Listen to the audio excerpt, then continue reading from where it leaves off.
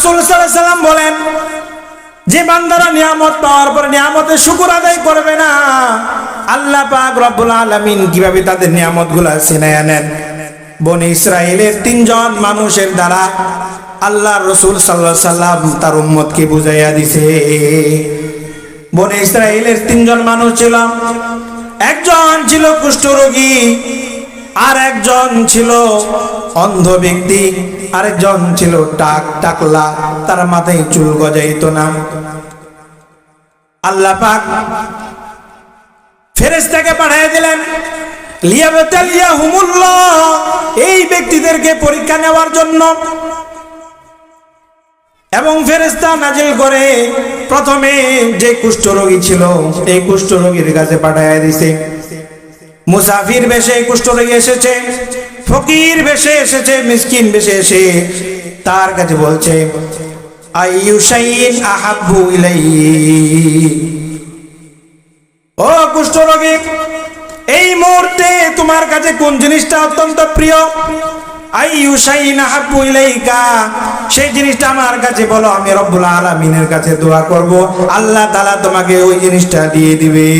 সুবহানাল্লাহ। এই কুষ্ঠরোগী বলতেছে, এ দুনিয়ার মধ্যে আমার আর কোনো পাওয়া নাই, আমি যে রোগে আক্রান্ত হয়েছি, কুষ্ঠরোগ হওয়ার কারণে আমার চেহারা খারাপ হয়ে গেছে, আমার চর্মগুলা খসে খসে পড়ে যায়, আমাকে বিশ্রী দেখায়, কেউ আমার সাথে বসতে চায় না, কথা বলতে চায় না, মিশতে চায় না। সুতরাং এই মুহূর্তে আমার কাছে অত্যন্ত প্রিয় যে জিনিসটা হলো, সেটা হলো আমার এই কুষ্ঠরোগকে ভালো করে দেওয়া হোক। তখন এই আল্লাহ তাআলার পাঠানো ফেরেশতা এই কুষ্ঠরোগীর শরীরের মধ্যে হাত বুলাইয়া দেয়। হাত বুলাইয়া দেওয়ার সাথে সাথে আল্লাহ রব্বুল আলামিনের পক্ষ থেকে তার কুষ্ঠরোগ ভালো হয়ে যায়।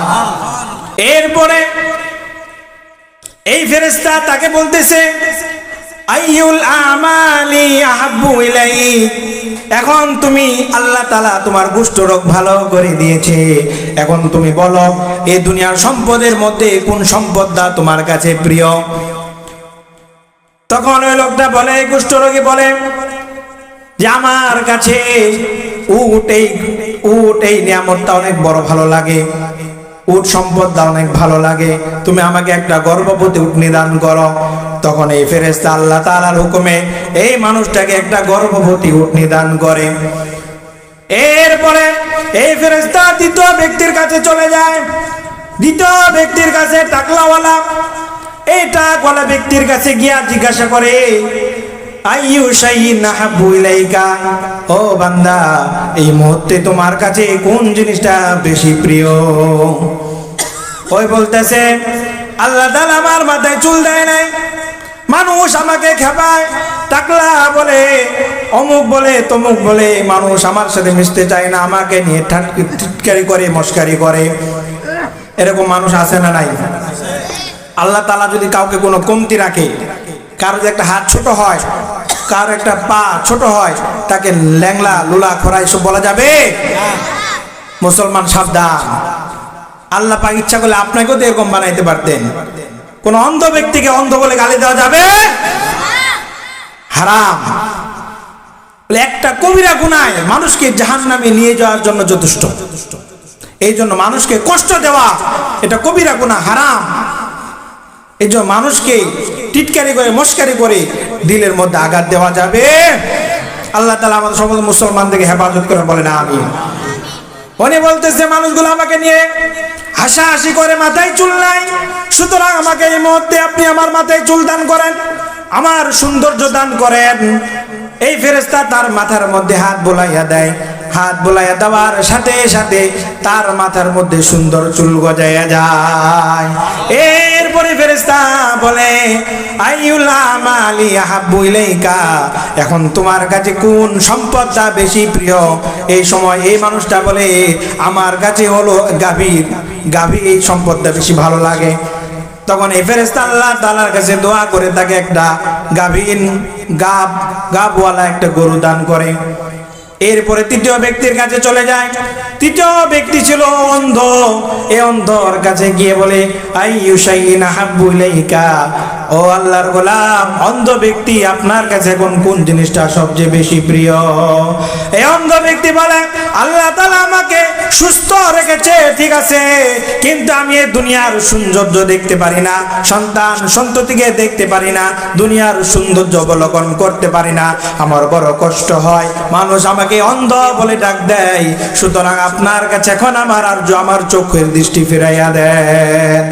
এই ফেরেশতা আল্লাহ তাআলার কাছে দোয়া করে, তার চোখের মধ্যে হাত বুলাইয়া দেয়। হাত বুলাইয়া দেওয়ার সাথে সাথে অন্ধ ব্যক্তির চোখের দৃষ্টি ফিরে পায়। এরপরে তাকে বলে, এই মুহূর্তে তোমার কোন জিনিসটা, কোন সম্পদটা বেশি প্রিয়? সে বলে, আমার ছাগল দরকার, ছাগলটা আমার কাছে প্রিয় হয়। তখন এই ফেরেশতা আল্লাহ তাআলার কাছে দোয়া করে তাকে একটি ছাগল দান করে। এইভাবে দীর্ঘদিন অতিবাহিত হয়ে যায়। দীর্ঘদিন যাওয়ার পরে হাদিসে পাকের মধ্যে আছে, ওয়াদিম মিনাল ইবিলি ওয়াল গনামি ওয়াল বাকার। এই পরিমাণ সময় অতিবাহিত হয়ে গেছে, আর এই তিনজন ব্যক্তিকে আল্লাহ তাআলা সম্পদের মধ্যে এমন বরকত দান করছে যে যাকে আল্লাহ উদ্যান করেছিলেন তার উটের পাল এত বড় হয়ে গেছে যে একটা ময়দান ভরে গেছে। আর যাকে গরু দান করেছিলেন তার গরুর পাল এত বড় হয়ে গেছে, এক ময়দান ভরে গেছে। যাকে ছাগল দান করেছিলেন, ছাগল দিয়ে তার এক ময়দান ছাগলে ভরে গেছে। এরকম নিয়ামত আল্লাহ তাআলা দান করছে। এরপরে আল্লাহ তাআলা তো বলেছিলেন, ফেরেশতাকে পাঠাইছিলাম লিয়াবাতালিয়াহুমুল্লাহ, তাদেরকে পরীক্ষা নেওয়ার জন্য। দীর্ঘদিন যাওয়ার পরে আবার ওই মিসকিনকে মুসাফির বেশে তাদের কাছে পাঠিয়ে দিছে। সর্বপ্রথম যখন ওই কুষ্ঠরোগীর কাছে পাঠায়, মুসাফির এসে বলে, আমি মুসাফির, সফর করতে করতে আমার সমস্ত পাথিও শেষ হয়ে গেছে, সুতরাং আপনি অসহায় হওয়ার কারণে আপনার দ্বারস্থ হয়েছি। এই মুহূর্তে আপনি আমাকে যদি একটা উট দান করেন, তাহলে এই উটকে কাজে লাগিয়ে আমি আমার গন্তব্যে পৌঁছাইয়া দেব। আল্লাহর হস্তে আপনি আমাকে একটা উট দান করেন। এই লোকটা বলে যে, না না, এই সম্পদগুলো আমার, এই সম্পদ তোমাকে দান করা যাবে না। তখন এই ফেরেশতা বলে, আদম সন্তান, তুমি তো কুষ্ঠরোগী ছিলে, মনে আসেনি? আল্লাহ তাআলা তোমাকে একটা উট দান করেছিল, এই উট থেকে এতগুলা বরকত দিয়ে এক পাল উট দান করেছে, এগুলা ভুলে গিয়েছো নাকি? এই নাফরমান বান্দা সাথে সাথে ফেরেশতার কথা অস্বীকার করে বলে, এগুলা তো আমি আমার উত্তরসূরি হিসাবে আগের থেকে এগুলা আমার সম্পদের অধিকারী হয়েছি, সুতরাং তোমাকে সম্পদ দেওয়া যাবে না, উট দেওয়া যাবে না, তুমি চলে যাও। তখন এই ফেরেশতা তাকে লক্ষ্য করে বলে, ইন কুনতা কাযিবান, যদি তুমি তোমার কথায় মিথ্যাবাদী হয়ে থাকো, তাহলে আল্লাহ তাআলা যেন তোমাকে আগের অবস্থায় ফিরিয়ে নিয়ে যায়। দ্বিতীয় ব্যক্তির কাছে গেল, বলছে, টাকলা, আল্লাহ তাআলা তোমাকে অনেক সম্পদ দান করেছে, তুমি এক সময় টাকলা ছিলা, আল্লাহ তাআলা তোমাকে গাভী দান করেছে, এমন গাভী দান করেছে, বরকত দান করেছে, এক ময়দান গাভী দিয়ে ভরে গেছে। আমি মুসাফির ব্যক্তি, আমাকে তুমি একটা গাভী দান করো, এই গাভী দিয়ে আমি আমার গন্তব্যে পৌঁছাইয়া দেব। এই টাকলাওয়ালা বলতেছে যে, এই সম্পদ আমার সম্পদ, অনেক কষ্ট করে আমি উপার্জন করেছি, শ্রম দিয়েছি, মানুষকে খাটিয়েছি, এভাবে করে করে তিলে তিলে সম্পদগুলো আমি করেছি, এগুলো আমার সম্পদ। আমার সম্পদ থেকে তোমাকে একটা গরু দিয়ে দিলে গরু কমে যাবে, সুতরাং দেওয়া যাবে না। তখন এই ফেরেশতা বলল, বদদুয়া করে দিল, তুমি যদি তোমার কথাই মিথ্যাবাদী হয়ে থাকো, তাহলে পূর্বেই যে অবস্থায় ছিল আল্লাহ তোমাকে সেই অবস্থায় ফিরিয়ে নিয়ে যাবে। এরপরে আল্লাহর এই ফেরেশতা তৃতীয় ব্যক্তির কাছে চলে যায়। অন্ধ ব্যক্তির কাছে গিয়ে বলে, ভাই আমি মুসাফির, পথে চলতে চলতে আমার সমস্ত পাথিও শেষ হয়ে গিয়েছে, আমাকে একটু সাহায্য করেন, একটা ছাগল দান করেন, এই ছাগল দিয়ে আমি আমার গন্তব্যে পৌঁছায় দেব। এই ফেরেশতার কথা শুনে এই যে অন্ধ ব্যক্তি ছিল, সে আল্লাহ তাআলার শুকর আদায় করে বলতেছে, আমি ছিলাম অন্ধ, আমার কোনো সম্পদ ছিল না, আল্লাহ পাক আমার দৃষ্টি শক্তি দান করেছে, এরপরে আল্লাহ পাক আমাকে অঢেল সম্পদ দান করেছে, একটা ছাগল থেকে আমাকে শত শত ছাগল দান করেছে, আমার ছাগলের পাল দিয়ে এখন পুরা একটা ভূমি, মরুভূমি ভরে যায়, এই পরিমাণ সম্পদ আমাকে আল্লাহ দান করেছে।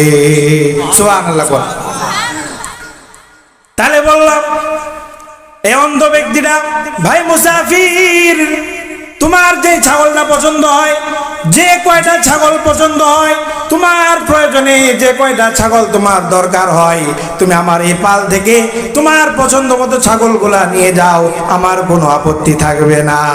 এরপরে এই কথা শোনার সাথে যে ফেরেশতা বলতেছে, কদ ফুজতা, তুমি তো সফল কাম হয়ে গেছো, তোমার থেকে আমার কোনো ছাগল নেওয়ার প্রয়োজন নাই, বরং তুমি সফল কাম হয়েছো, পরীক্ষায় সফলতা অর্জন করেছো। তোমার সাথে যে সাথীগুলা ছিল তারা দুজনেই পরীক্ষার মধ্যে ফেল করেছে। তুমি আল্লাহ তাআলার নিয়ামত পেয়ে শুকরিয়া আদায় করার কারণে আল্লাহ পাক তোমার নিয়ামতের মধ্যে, তোমার সম্পদের মধ্যে আরো বরকত দান করেন। এবং যারা শুকরিয়া আদায় করে নাই, নিয়ামত পেয়ে অতিক্রান্ত হয়েছে, নাফরমানি করেছে, আল্লাহ তাআলা তাদের সম্পদকে ধ্বংস করে দিয়েছে। নাউজুবিল্লাহ। এই যে তৃতীয় ব্যক্তি, তার সম্পদের মধ্যে বরকত, তিনি সম্পদে কি করেছেন? শুকুর, নিয়ামতের শুকুর আদায় করেছেন, আল্লাহ পাক তার সম্পদের মধ্যে বরকত দান করেছেন।